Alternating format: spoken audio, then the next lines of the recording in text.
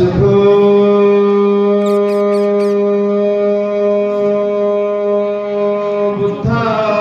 बुद्धानुपादो सुखा सत्संगदेशना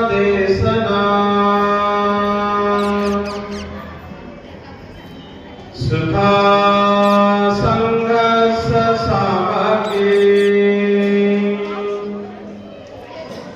समकालं तपो सुखो जगाला जमिनी सुख शांती मानवतेचा बुद्धमुक्तीचा संदेश दिला. इकडे लक्ष द्या. मी तुमचा अजिबात वेळ घेत नाही कारण वेळ बराच राहिला आहे. फक्त 5 ते 10 मिनिट तुम्हाला बोलणार आहे. इकडे लक्ष द्या. पाठीच्याकडे ताट करून बसा, मान सरळ करून बसा. अजिबात कोणी बोलू नका आपसामध्ये. मुलांनो चला इकडे अजिबात गोंधळ करायचा नाही. असा पाठीच्याकडे ताट करा, मान सरळ ठेवा. तुम्ही का असे कमरेमधून ढिल्ला बसला? एकदा का माणूस असं कमरेमधून ढिल्ला बसला की माणसाचं मन आळशी बनते, आळशी. आणि एकदा का माणसाचं मन आळशी बनलं, आळशी बनलेलं मन माणसाला चांगलं काम करू देत नाही. आळशी बनलेलं मन माणसाला एका ठिकाणी बसू देत नाही. आळशी झालेलं मन माणसाचं काही पण बहाणा करते, बहाणा. आळशी झालेलं मन म्हणजे त्याला भूक लागली म्हणते, आता पोटात काहीतरी कसं तरी व्हायला म्हणते, चल खायला जायला पाहिजे. आळशी झालेलं मन म्हणजे त्याला गरम लागलं म्हणते, आता चल थोडं हवेला गेलं पाहिजे म्हणते. आळशी झालेलं मन म्हणजे लय कोरडा पडला म्हणते, आता काहीतरी पाणी प्यायला पाहिजे म्हणते, चल आता. आणि एकटं माणूस उठत नाही, ते बाजूला माणसाला उठवते ते, चल म्हणजे आपण बाहेरून जाऊन येऊ. म्हणजे तेही बसत नाही, दुसऱ्याला बसू देत नाही, तेही ऐकत नाही, दुसऱ्याला ऐकू देत नाही. आणि म्हणून या ठिकाणी फक्त 10 मिनिटं तुम्ही पाठीचा कणा ताट ठेवा, मान सरळ ठेवा आणि समोर बघा. मी हे तुम्हाला प्रवचन सांगणार आहे, हे काही तुम्हाला असं फुकट सांगणार नाही. आणि फुकटाची सवय आपल्याला बंद करायची आहे. लक्षामध्ये नागपूरला गेलो का तिथं भात भेटते, भात. इकडं 600 ला गेलो का भात भेटते, भात. आहे की नाही? आम्ही 600 ला मुंबईला जातो, रेल्वे फुकट आहे म्हणून जातो. नागपूरला रेल्वे फुकट आहे म्हणून जातो. हे बाकीचे लोक पंढरीला जसं काही वारी करत जातात, झेंडा घेऊन जातात, तसं तुमचा 1 महिना चालत जातात. 1 महिना नागपूरला जाता का 1 महिना? तसं नाही ना. काऊन नाही जात? रेल्वे फ्री आहे ना. बऱ्याच बायला म्हणतात, भूतीजी माझं की नाही नागपूरला 5 वेळ झालं, 5 वेळ. काऊन केलं 5 वेळ? रेल्वे फुकट होती म्हणून ना. असं जाऊन दाखवा तुम्ही, 1 वेळ होणार नाही ना. आणि म्हणून मी तुम्हाला फुकट सांगणार नाही, फुकटाची सवय बंद करायची आहे. मी आता जे काही प्रवचन देणार आहे त्याच्यावर तुम्हाला प्रश्न विचारणार, प्रश्न. आणि मी प्रश्न कुणाला पण विचारेल. तुम्ही बसा धंद्या का माझं नाव थोडं माहित आहे. मला नाव माहित नसलं तरी मी बोटानं कुणाला पण उभं करू शकतो. त्या लाल साडीवर ताई आहेत, त्यांना म्हणजे लाल साडीवर ताई उभ्या. त्या आमच्या चष्मेवाल्या ताई आहेत, त्या आई आहेत चष्मेवाल्या. मी मला आईचं नाव माहित नाही, पण चष्मेवाल्या आई माहित. मी कोणाला पण उभं करेल, पाठीमागे पण उभं करेल, मी उभं करू शकेल. मी कोणाला प्रश्न विचारेल, कधी विचारेल हे सांगता येत नाही. एवढ्या लोकांमध्ये तुम्हाला जर प्रश्न विचारला, जर तुम्हाला प्रश्नाचं उत्तर नाही देता आलं तर तुमचा काय होईल? इथे एवढ्या लोकांमध्ये काय होईल? अपमान होईल, अपमान. म्हणून स्वतःचा अपमान स्वतः करून घ्यायचा नाही. आणि म्हणून माझ्याकडे लक्ष द्यायचं आहे. पाठीच्या कणात ताट ठेवायचा, मान सरळ ठेवायचा. मी श्रीनारायण महाकारुणिक तथागत भगवान बुद्ध, बोधिसत्व डॉक्टर बाबासाहेब आंबेडकर या रत्नांना विनम्र अभिवादन करून आजच्या या ठिकाणी उपस्थित पूजनीय भिक्खू संघ, आर्याचे अभिधर्म, आर्याचे आमच्या त्यांचं नाव बघा, थायलंडच्या आहेत त्या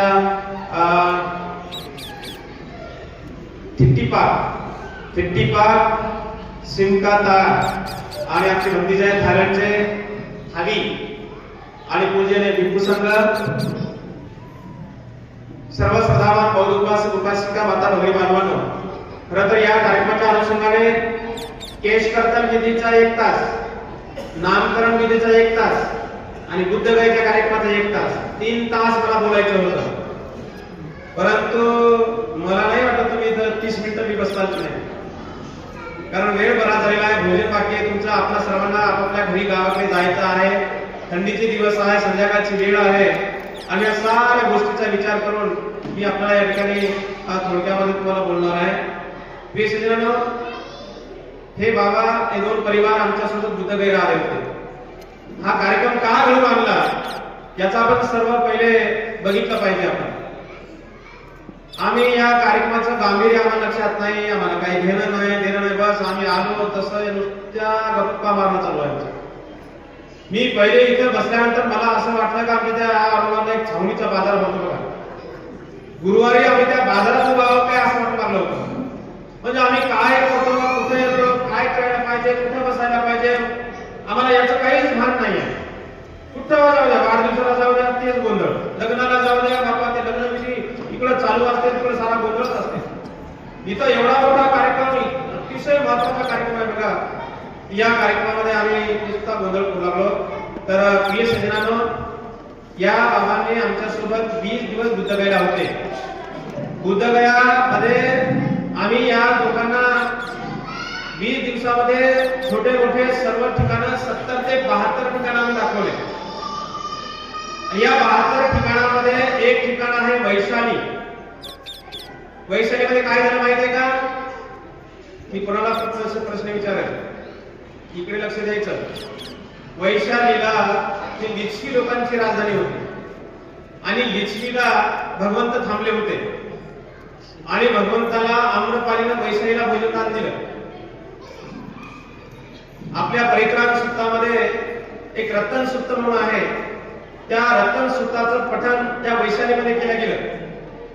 भिक्खुनी संघाची स्थापना त्या वैशालीमध्ये झाली आणि वैशालीमध्ये भगवंतानी माघ पौर्णिमेला, पुढच्या महिन्यामध्ये येणारी पौर्णिमा आहे जी फेब्रुवारी महिन्यामध्ये येते, माघ पौर्णिमा, त्या पौर्णिमेला भगवंतानी आपलं स्वतःचं महापरिनिर्वाण जाहीर केलं.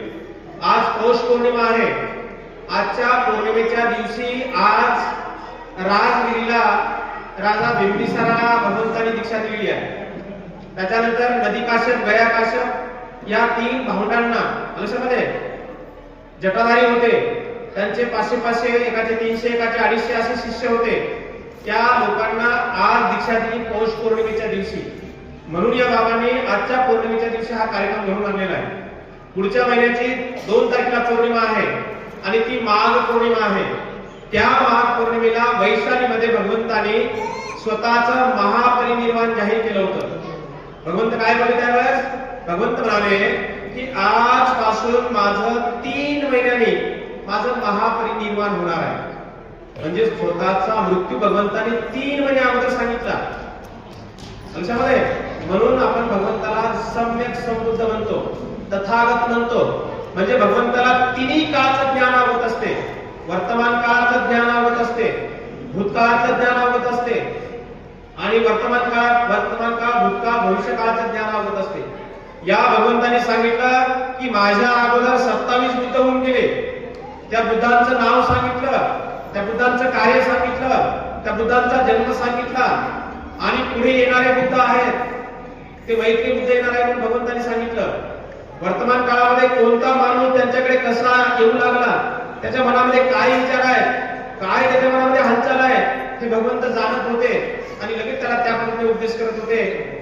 आणि तो माणूस लगेच बदलत होता आणि बदलून तो भगवंताच्या चरणावरती येऊन तो नतमस्तक होऊन धम्मामध्ये लीन होत होता. डाकू अंगुलीमाल 999 खून करणारा डाकू अंगुलीमाल. अंगुलीमालाची गुफा आमच्या बाबांनी बघितलं आमच्या धर्मस्थळीमध्ये. ज्या ठिकाणी सुजाताने भगवंताला खीर दिली ते ठिकाण बघितलं यांनी. ज्या ठिकाणी भगवंतानी 6 वर्ष तपश्चर्या केली, 6 वर्षाच्या तपामुळे भगवंताचं पूर्ण शरीर सुटून गेलं. पाठ आणि पोट एक झालं, डोळे कोट्या विहीसारखे कोलत भगवंताचे डोळे झाले. 6 वर्ष ज्या ठिकाणी भगवंतानी तपश्चर्या केली ते ठिकाण सुद्धा या बाबांनी आमच्या सोबत बुद्धगयेला बघितलेलं आहे. त्या माघ पौर्णिमेच्या मंगलमंदिरी भगवंताने आपलं स्वतःचं महापरिनिर्वाण जाहीर केलं की आजपासून माझं 3 महिन्यांनी महापरिनिर्वाण होणार आहे. म्हणजे भगवंताला स्वतःचा मृत्यू 3 महिन्या अगोदर कळाला. लक्षामध्ये, या 3 महिन्यामध्ये भगवंताने मग वैशाली म्हणून भगवंत कुशीनगरकडे गेले आणि बरोबर वैशाख पौर्णिमेला भगवंताला महापरिनिर्वाण प्राप्त झालं. ते ठिकाण सुद्धा या बाबांनी बघितलेलं आहे. भगवंतांनी महापरिनिर्वाण जाहीर केल्या भगवंताला त्यांचा जवळचा पटशिष्य जे की सावली समान त्यांच्या सोबत राहत होता भिक्षू आनंद, या आनंदाने भगवंताला एक प्रश्न केला की भगवान, आपण म्हणतात मी 3 महिन्यांनी महापरिनिर्वाणाला जाणार आहे, तर आपल्या महापरिनिर्वाणानंतर आमचा शास्ता, आमचा मार्गदाता कोण राहणार आहे, आम्हाला कृपा करून सांगा.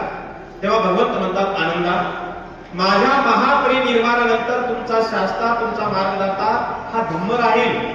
जो धम्माला पाहिजे तो मला पाहिजे, तो धम्माची सेवा करेल, तो माझी सेवा करेल.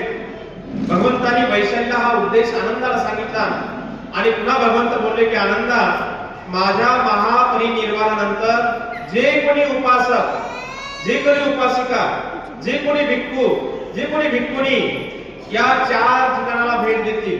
कोणते 4 ठिकाण आहेत? ज्या ठिकाणी सिद्धार्थ गौतमाचा जन्म झाला ते ठिकाण लुंबिनी वन, ज्या ठिकाणी भगवंताला ज्ञान प्राप्ती झालं ते ठिकाण बुद्धगया, ज्या ठिकाणी भगवंताने धम्माचं चक्रगतिमान केलं, पहिला उपदेश दिला ते ठिकाण म्हणजे सारनाथ, आणि भगवंताला महापरिनिर्वाण प्राप्त झालं ते ठिकाण म्हणजे कुशीनगर. या 4 ठिकाणाला जे कोणी उपासक, उपासिका, भिक्खू, भिक्खुनी जे भेट देतील, दर्शन करतील, वंदन करतील, त्या ठिकाणाला भेट देतील, ते जीवनामध्ये खऱ्या अर्थानं धन्य ठरतील. हा भगवंताच्या उपदेशाचा हा कण लक्षामध्ये आम्ही धरून, भगवंताचे विचार आम्ही लक्षामध्ये घेऊन मागील 18 वर्षापासून आम्ही धम्माचा प्रचार आणि प्रसार व्हावा, लोकांमध्ये धम्माची जागृती व्हावी. भगवंताचा इतिहास, कारण भगवंताचा इतिहास काही भाकरकथी सारखा नाही.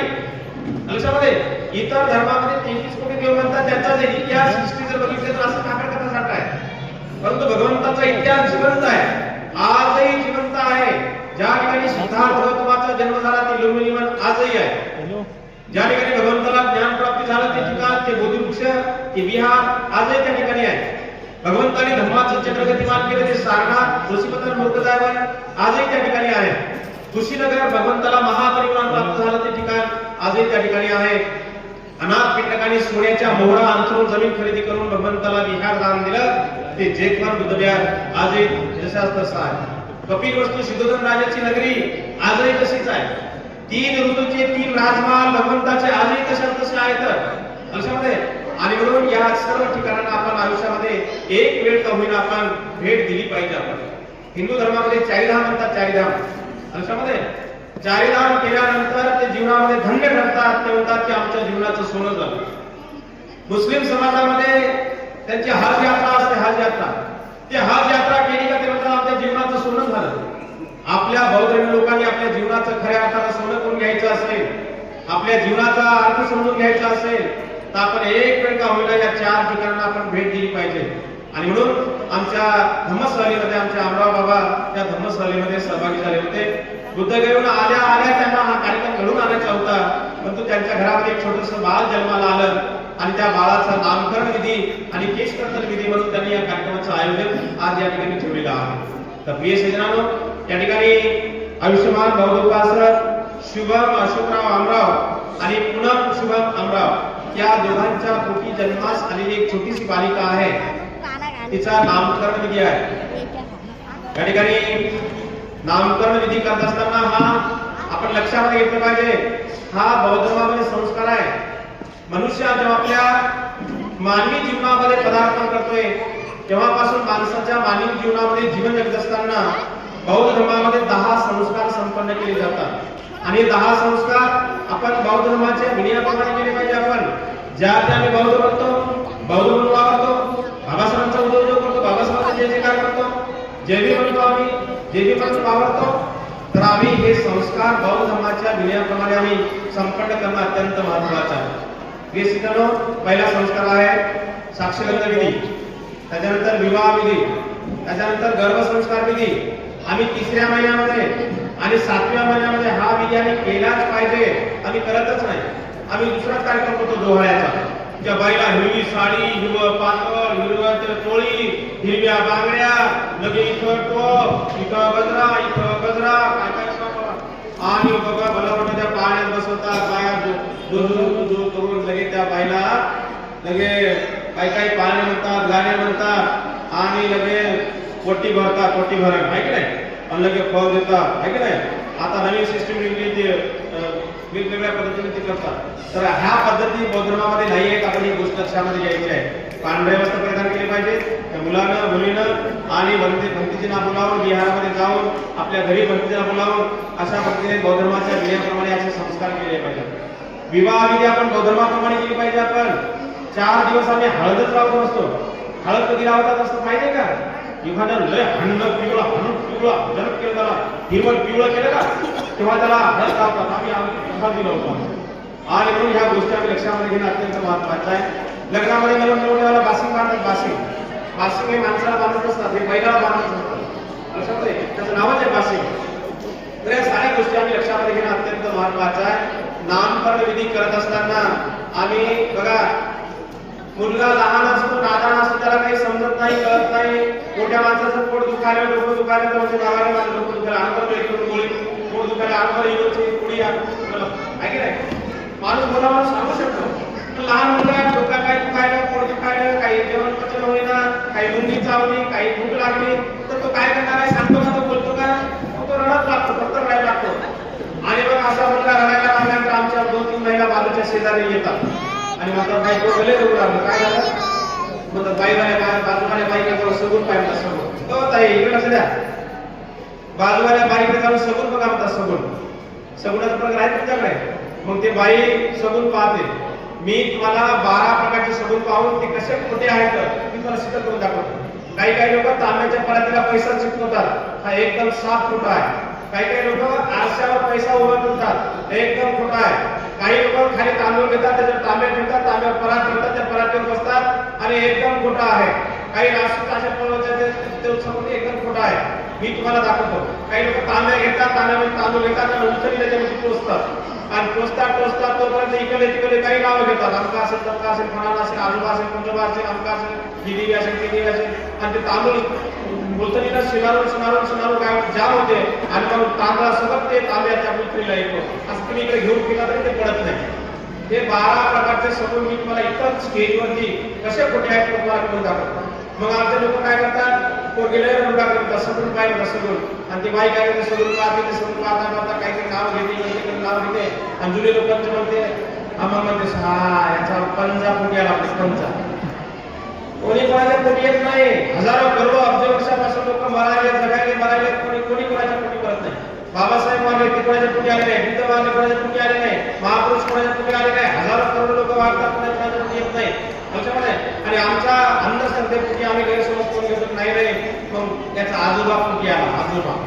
मग आजोबा काय नाव होतं जुन्या लोकांचे नाव तुम्हाला माहित आहे कचल्या दलिया धोंड्या औषध्या मरिबा केरबा मग त्याचे नाव आम्ही येऊन लागलो आहे की नाही. तर तसा कुठल्याही प्रकारचा सगुण न बघता यांनी या शुभम आणि पूनम यांच्या पोटी जन्मास आलेल्या छोट्याशा बालिकेचं नाव या ठिकाणी एक नाव जाहीर करण्यात येत आहे. ते नाव तुम्हा सर्वांना आवडलेलं आहे. सर्वांच्या नावाची तुम्ही सहमती आहे म्हणून या ठिकाणी सर्वांनी साधुकार करायचा आहे. पूनम तिला सूचना आहे की छोट्या बालकाला समोर घेऊन यावं. तो ताई साड्या वाटलं का साड्या अजिबात वाटलं का ज्यांना जायचं त्यांना जाऊ द्या साड्या वाटून जातो कोणी जाणार नाही. छोट्या बाळाला घेऊन येऊ. तर या बालिकेचं नाव आहे या ठिकाणी जाहीर केलं जाईल. हे नाव आपल्या सर्वांना आवडलेलं आहे. या नावाची आपली सहमती आहे म्हणून या नावाचं आपण सर्वांनी या ठिकाणी जे नाव जाहीर केलं त्याच नावाने त्या मुलाला मुलीला त्याच नावाने आपण बोलावं करावं. नाही तर आपण घरामध्ये लाडाचं प्रेमाचं नाव दुसरंच ठेवतो. लक्षामध्ये आम्ही नाव ठेवतो सिद्धार्थ आणि आमच्या घरातले लोक म्हणतात सिद्धू सिद्धू सिद्धू सिद्धू. मग घरातले म्हणजे का गणितले म्हणजे का पावडे लावले म्हणतात. नाव आम्ही गौतम ठेवतो गौतम आहे नाही आणि त्याला गौती आहे म्हणतात. अरे एवढं नाव गौतम आहे किती नावाचा पाठीमागे अर्थ आहे. आणि म्हणून या ठिकाणी या बाळीला पिल्लू नाव काही नाही म्हणायचं. जे नाव ठेवलं त्याच नावाला तिला पुकारायचं. लक्षामध्ये त्या नावाचा पाठीमागे याचा अर्थ असा होतो की तिला समाजामध्ये वागवण्यासाठी त्या नावाने तिला ओळख व्हावी तिच्या त्या नावाची ओळख व्हावी. आणि म्हणून या ठिकाणी शुभम आणि पूनम या दोघांच्या पोटी जन्मास आलेल्या बालिकेला या ठिकाणी एक नाव जाहीर करण्यात येत आहे. तिचं नाव आहे त्रिशा. साधू अमराव परिवारामध्ये छोटीशी जन्मास आलेली बालिका, तिचं नाव ठेवण्यात येत आहे प्रिशा. साधू या दोघांच्या पोटी जन्मास आलेल्या शिवम आणि पूनम यांच्या जन्मास आलेल्या त्या छोट्याशा बालिकेचं नाव आहे प्रिशा. साधू साधू. तर आता प्रिशा या बालिकेचं केस कर्तव्य आहे, ज्याला आपल्या भाषेमध्ये जावळं म्हणतात. जावळं आमच्या मावसाळा गावाच्या बाजूला एक गाव आहे वेरूळ गाव, वेरूळ. आणि त्या वेरूळ गावामध्ये बाबा आहे. बाबा कोणता बाबा? इकडे लोक येतात तिकडं दावरकरी बाबा आहे. तिथं लोक, आमचे लोक बौद्ध म्हणणारी माणसं, जैन म्हणणारी माणसं, बाबासाहेबांचा उद्योग म्हणणारी माणसं, भंतीजींना कार्यक्रमाला बोलवणारी माणसं आमचे, लग्नाला भंतीला बोलवणारी माणसं आमचे, घरामध्ये बुद्ध बाबासाहेबांच्या मूर्त्या आणि फोटो लावणारी माणसं आम्ही. आमची माणसं ज्या दावत लोकांना येतात आणि तुलाचे केस काढतात. या कर्माच्या बाजूला एक गाव आहे शेंद्रा, ऐकलंय? शेंद्र्यामध्ये बाबा आहे. कोणता बाबा आहे? जाता तिकडे ऐकलंय? मांगीर बाबा आहे. मांगीर बाबा ऐकलंय? त्याच्यामध्ये इकडे बघा कन्नडमध्ये एक बाबा आहे शेख पवार बाबा. आमचे लोक तिथे जातात, बंदोऱ्या करतात आणि मुलाचे केस तिथे काढतात. या अमराव परिवारांनी कुठल्याही देवा धर्माचा उपवास तपास किंवा कुठल्या प्रकारची पदवी नवस करून केस न काढता या ठिकाणी बौद्ध धर्माच्या विलयाला अनुसरून हा महत्वाचा संस्कार बौद्ध धर्मामध्ये आहे. भंतीजींना बोलावलं पाहिजे आपण, विहाराचा संस्कार केला पाहिजे आपण, घरी भंतीजीला बोलावलं पाहिजे आपण. तर या प्रिशा बालिकेचा या ठिकाणी थायलंडच्या भंतीजीच्या हातानं आपण केस कर्तव्य करूया. तर या बालिकेचं काय पुण्य कर्म नाही, एवढे भंतीजी लावले. आमच्या लोकांना 8-8 दिवस 15-15 दिवस तारीख देऊन भंतीजी मिळत नाही, परंतु या पौर्णिमेच्या दिवशी या बालिकेला त्या ठिकाणी तिला एवढे भंतीजी मिळालेले आहेत. हे केस कर्तव्य किती होण्याच्या अगोदर सर्वांना सूचना आहे. फेब्रुवारी महिन्यामध्ये बुद्धगयाची धार्मिक धर्मस्थळ जात आहे. तारीख आहे 6 फेब्रुवारी. 20 दिवसाचा प्रवास आहे. 20 दिवस तुमचं जेवण, नाश्ता, चहा, पाणी, जाणं येणं, राहण्याची व्यवस्था 70-72 ठिकाणी आपण दाखवतोय. त्या धर्मस्थळामध्ये ज्यांना कोणाला सहभाग घ्यायचा असेल त्यांनी आमच्याशी संपर्क साधायचा आहे. आणि पुढच्या पौर्णिमेला श्रीलंकेचे भंतीजी येत आहेत, थायलंडचे भंतीजी येत आहेत, जपानचे धर्मगुरू येत आहेत आणि 26वी धर्म परिषद आहे. त्या 26व्या विशाल बौद्ध धर्म परिषदेला बुद्धभूमी मावसाळा तालुका खुलताबाद या ठिकाणी आपण सर्वांनी उपस्थित राहावं. त्या कार्यक्रमाचे हँडबिल, पोस्टर्स, पत्रिका तुम्हाला वाचायला मिळणार आहे. व्हॉट्सअप, फेसबुकवर तुम्हाला ते मिळणार आहे. त्या मेल वाचवा ना मिळून एक महिना आपण तुम्हाला जाहीर निमंत्रण की पुढच्या पौर्णिमेला आपण मावसाळा या ठिकाणी त्या धर्म परिषदेला उपस्थित राहून श्रीलंकेच्या भंतीजींचं, थायलंडच्या भंतीजींचं, जपानच्या भंतीजींचं आपण प्रवचन त्या ठिकाणी ऐकण्यासाठी आपण सर्वांनी उपस्थित राहावं. तर या ठिकाणी पूनम आणि शिवम यांना सूचना आहे. तिथे आजोबा आजी आयुष्यमान अशोकराव आमराव, तानाबाई आमराव, कचरुजी आमराव, त्याच्यानंतर नामदेव आमराव, सर्वांना सूचना आहे आपण समोर या.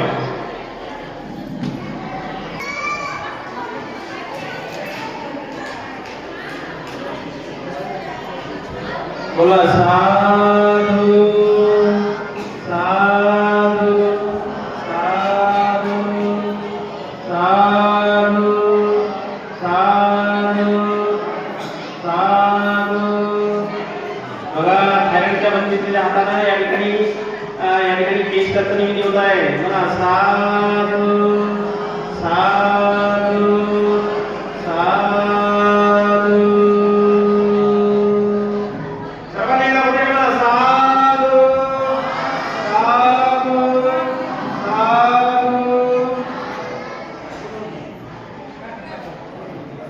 अशा पद्धतीने अमराव परिवारातील छोटीशी जन्मास आलेली प्रिशा भयपताचनी दुःखा भयपताचनी भया शोकपताचनी शोभा बंधु शब्दे पिपाणियो एतावता सम्मेनि सम्पदां पुण्य सम्पदां सर्वे देवानुमोदन्तु सर्व सम्पत्ति सिद्धियां दानं ददन्तु सत्तायं शिलं रक्षन्तु सर्वदा भावनाभिरतावन्तु गच्छन्तु देवताकथा सदेव्यो विभजन्तु सर्वरोगो विनाशतु मातेव भद्रन्तरायं सुखी दीर्घायु भवतु सर्वमङ्गलं रक्षन्तु सर्वदेव सर्वबुद्धानुभावेन सदा शुद्धि भवन्तु ते भवतु सर्वमङ्गलं रक्षन्तु सर्वदेवता सर्वधर्मानुभावेन सदा सोति भवन्तु ते भवतु सर्वमङ्गलं रक्षन्तु सर्वसङ्गानुभावेन सदा सोति भवन्तु ते कुलसाधु साधु साधु बुद्धं नमामि धम्मं नमामि संघं नमामि प्रत्येक बघा एवढे भरतीचे थायरॉइडचे भरतीचे एवढे भरतीचे साधू साधू साधू साधू